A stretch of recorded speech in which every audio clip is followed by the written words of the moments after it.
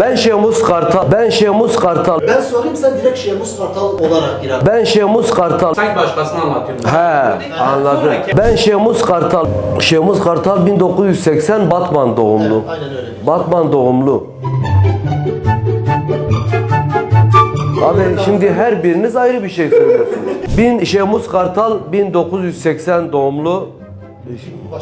Şemus Kartal 1980 Batman doğumlu değil mi? Şemus Kartal 1980 doğumlu.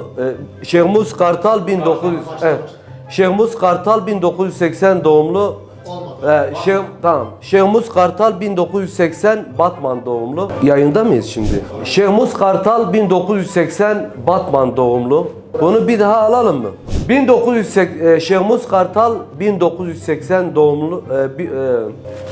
Ne söylüyorduk? Şemus Kartal 1980 doğum. Allah Allah. Hep şey ya. 1980 Batman doğumlu. Evet. Şarkı. Şemus Kartal 1900 öncelikle iş hayatımı anlatayım size. Abi aciz ne bunda?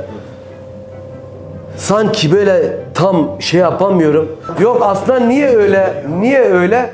Çok şey düşündüğüm için Senin eğitim neydi? Affedersin. başa geleceğim. Ben Şemus Kartal bu zorlukları yaşadık. Aferin ya Hüsnü. Oğlum yardımcı ol biraz.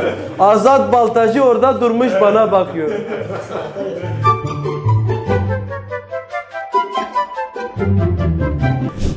Yorulduysan ara verelim. Yorulmadım.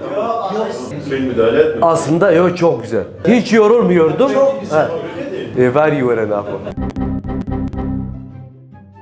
Hüseyin, sen bana söylediğin zaman ben 3 saniye bekleyip senin söylediğini tekrar ediyorum.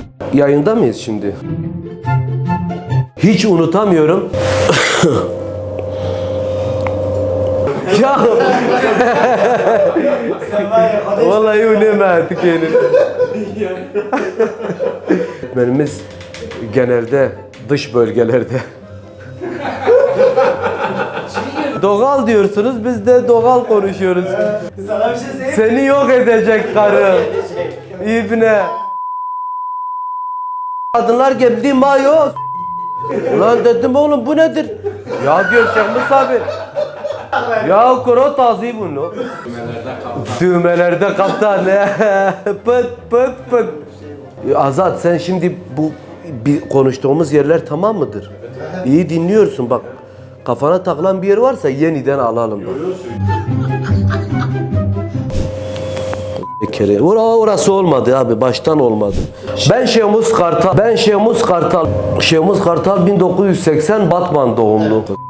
Fabrikanın yoğunluğundan dolayı. Fabrikanın yoğunluğundan ama çabuk bitiyor ha. Ben diyorum uzatayım biraz. Orası çok kısa oluyor Azat ha. Yo iyidir. Ne konuşayım şimdi? Güzel söyledin ama. Devamını ne bağlayayım? Orayı yapıştırırsın artık. Sana da iş çıkacak, kusura bakma yani.